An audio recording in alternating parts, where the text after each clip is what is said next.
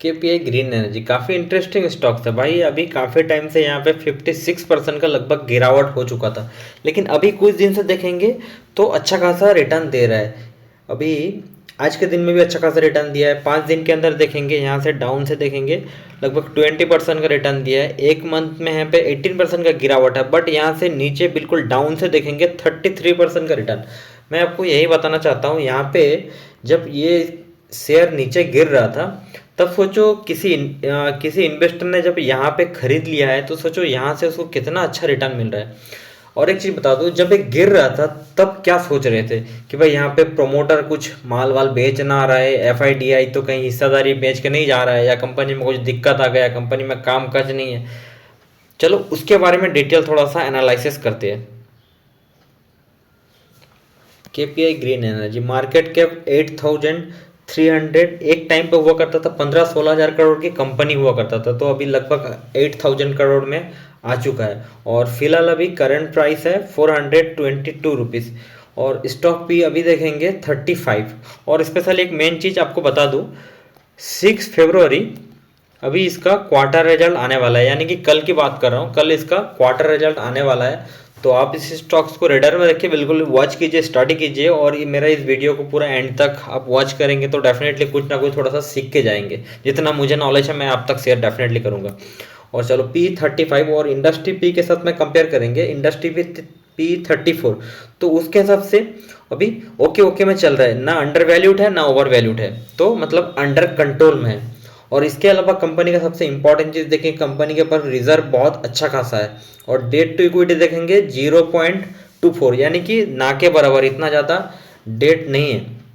अगर डेट कर्जा अमाउंट में देखेंगे 469 करोड़, तो एक है। लेकिन कंपनी का एक सबसे बड़ा नेगेटिव पॉइंट मैं आपके साथ शेयर करूँ, देखो पॉजिटिव पॉइंट और नेगेटिव पॉइंट शेयर करना बहुत ज़रूरत है। तो इस कंपनी का प्लेज परसेंटेज 45%, यानी कि एक तो प्रमोटर का जो हिस्सादारी है तो उसमें से 45% प्लेज है, यानी कि गिरेवी है। तो एक सबसे बड़ी डेंजर चीज़ है। लेकिन इसके अलावा कई सारा पॉजिटिव पॉइंट आपके साथ शेयर करूंगा।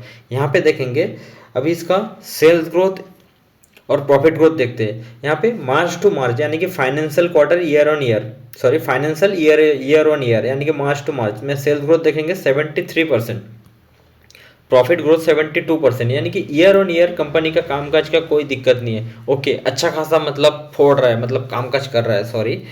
और उसके बाद में यहाँ पे प्रोमोटर का हिस्सेदारी देखेंगे 48%, एफआई का हिस्सेदारी काफ़ी अच्छा खासा है 8.85, और डीआई का हिस्सेदारी 1.87, और आरएसआई 47 अभी अंडर कंट्रोल में है।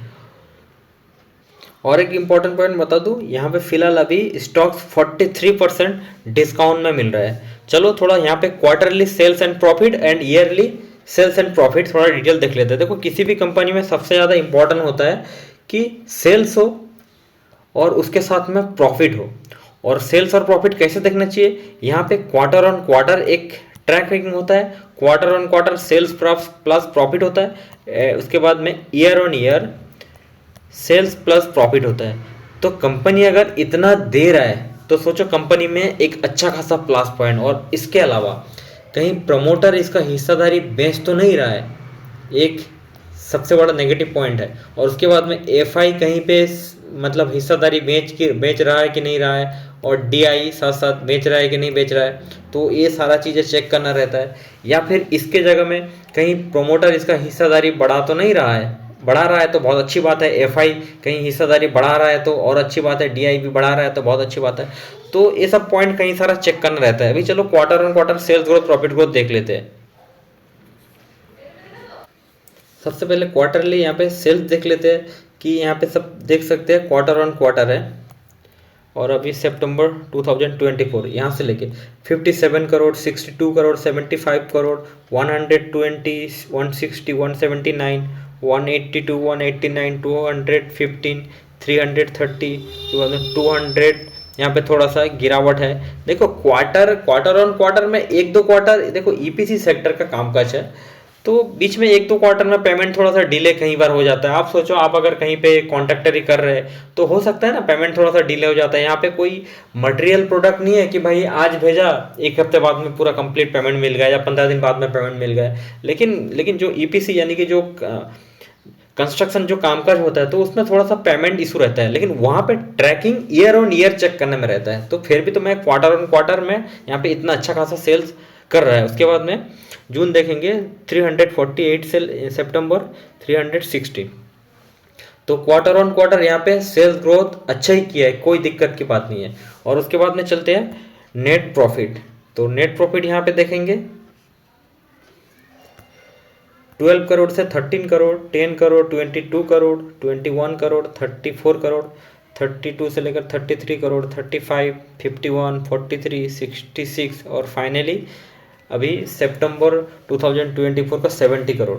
तो अभी लेटेस्ट क्वार्टर आने वाला है, मुझे लगता है कि अगर 100 करोड़ टच कर दो तो बहुत बढ़िया है। मतलब यहाँ से कंपनी बहुत अच्छा रिटर्न दे सकता है। चलो अभी क्वार्टर ऑन क्वार्टर हो गया। देखो यहाँ पे अभी टुमारो यानी कि 6 फरवरी में फिर से बता दूँ, कल क्वार्टर रिजल्ट आने वाला है। अभी year on year sales growth देखते हैं।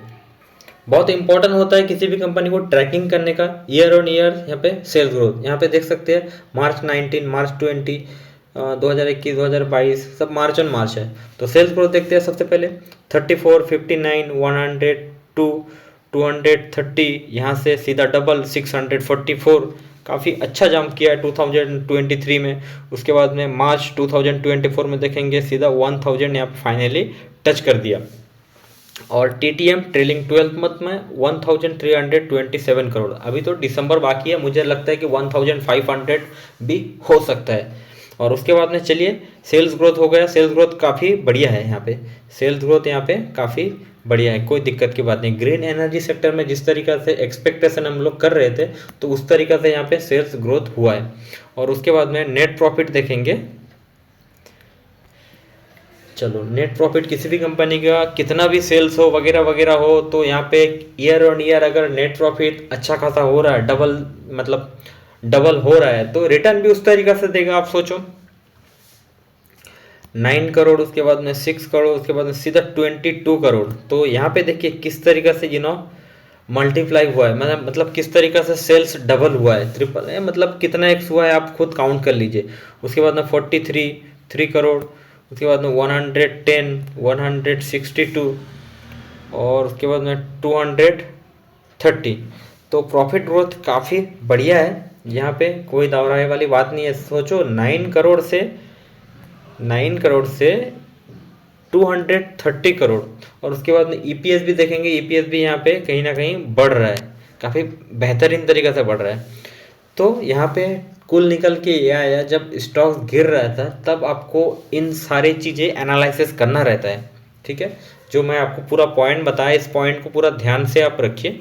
और आप अगर शॉर्ट टर्म में इन्वेस्ट करते हैं तो थोड़ा आरएसआई भी चेक करना रहता है। आरएसआई क्या चीज़ मैं बता दूँ आपको, क्या आरएसआई है यहाँ पे देख सकते हैं 47। तो जब आरएसआई है ना 70 to 80 या फिर 90 में रहे ना, तब सोचो वहाँ से प्रॉफिट बुकिंग हो सकता है। मान लो अच्छा खासा रिटर्न दे रहा है और आरएसआई बिल्कुल हाई में आ चुका है और उसका पी जो है इंडस्ट्री पी, अगर इंडस्ट्री पी 34 है और अभी कंपनी का पी अगर 70, 80 या 90 या फिर और ज़्यादा हाई में है, तो सोचो वहाँ से प्रॉफिट बुकिंग हो सकता है। तो वहाँ पे आप सेल करना स्टार्ट कर सकते हैं।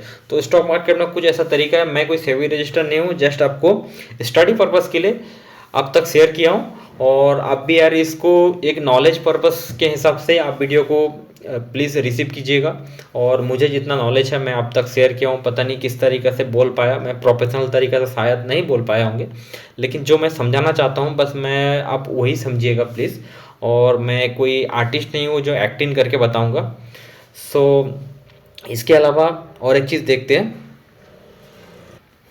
देखो कंपाउंड सेल्स ग्रोथ यहाँ पे आप देख सकते हैं 5 ईयर, 3 ईयर, 97%, 116% और ट्रेलिंग 12 मंथ, यानी कि सेल्स ग्रोथ यहाँ पे बहुत बढ़िया हो रहा है। और उसके बाद में यहाँ पे प्रॉफिट ग्रोथ जो किसी भी कंपनी का सबसे ज़्यादा इंपॉर्टेंट है, 3 ईयर 101%, सॉरी 5 ईयर 101%, 3 ईयर 94% और TTM 72%, यानी कि ट्रेलिंग 12th मंथ। तो यहाँ पे ट्रेलिंग 12th मंथ में 73% से सेल्स ग्रोथ और 72% से प्रॉफिट ग्रोथ। और उसके साथ साथ CAGR देखेंगे, CAGR काफ़ी बढ़िया हो रहा है, क्योंकि अभी 1 साल से कंपनी ने इतना रिटर्न नहीं दिया है, तो अभी मौका है, बहुत बड़ा मौका बन सकता है।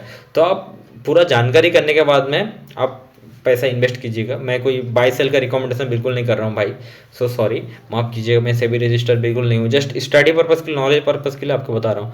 और रिटर्न ऑन इक्विटी आप देख सकते हैं बहुत बढ़िया है, 30%, 35%। तो सोचो यहाँ पे अगर ये एक स्टैंडर्ड मिनिमम मान सकते हैं कि 10 से 15% अगर हो, तो एक मिनिमम स्टैंडर्ड मान सकते हैं। तो यहाँ पे तो 30 to 35% इसका रिटर्न ऑन इक्विटी है, तो काफ़ी बढ़िया है।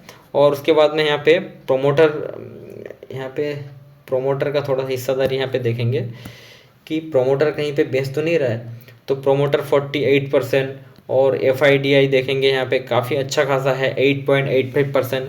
तो किसी भी एक 8-10 हज़ार का कंपनी में अगर 8-9% का हिस्सेदारी FI हो तो बहुत बढ़िया मान सकते हैं। और DI का देखेंगे 1.87, तो DI भी अगर 4-5 होता तो मज़ा आ जाता। बट कंपनी का मैं आपको नेगेटिव पॉइंट शेयर किया कि इसका जो कंपनी का कहीं हिस्सेदारी वो प्लेस्ड है, मैं आपको वो बताया, नेगेटिव पॉइंट है। और कंपनी का थोड़ा बहुत कर्जा भी है, उसके हिसाब से रिजर्व भी अच्छा खासा है। तो मैं आपके साथ नेगेटिव पॉइंट और पॉजिटिव पॉइंट आपके साथ शेयर किया हूँ, और कुछ अगर बोलने में गलत हुआ तो सो सॉरी, और कमेंट्स करके बताइए। Thank you so much watching this video.